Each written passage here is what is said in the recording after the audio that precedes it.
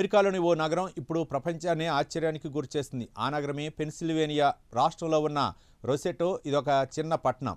ఇది ప్రస్తుతం వైద్య శాస్త్రానికి ఒక పెద్ద సవాల్గా నిలిచింది. 1960వ దశకంలో పరిశోధకులు జరిపిన అధ్యయనాల్లో అక్కడ ప్రజల గుండె జబ్బులు, ఒత్తిడి వంటి ఆధునిక వ్యాధుల బారిన పడకుండా కేవలం వృద్ధాప్యంతోనే మరణిస్తున్నట్లు తేలింది. వయసు మీద పడి వృద్ధాప్యంతోనే చనిపోతారు తప్ప అక్కడ ఒక్కరూ కూడా రోగాలతో మృతి చెందిన సంఘటనలు లేకపోవడం గమనార్హం.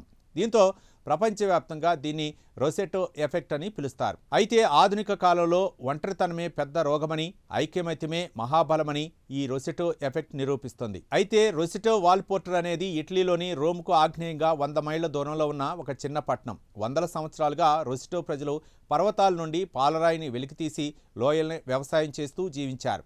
వీళ్లే బతుకుదెరువు వెతుక్కుంటూ పెన్సిల్వేనియాలో రొసెటో అనే పట్టణాన్ని నిర్మించుకున్నారు. దీంతో 1600 జనాభా ఉన్న ఈ పట్టణంలో 1880లో దక్షిణ ఇటలీ నుంచి వలస వచ్చిన వారు స్థిరపడ్డారు. అయితే 1950 నుంచి 60 మధ్యకాలంలో అమెరికా అంతటా గుండెపోటు మరణాలు ఎక్కువగా ఉన్నాయి. కానీ ఈ రొసెటో సిటీలో మాత్రం 55 ఏళ్ల లోపు వారు ఒక్కరు కూడా గుండెపోటుతో మరణించలేదని డాక్టర్ స్టీవర్ట్ వోల్వో గుర్తించారు.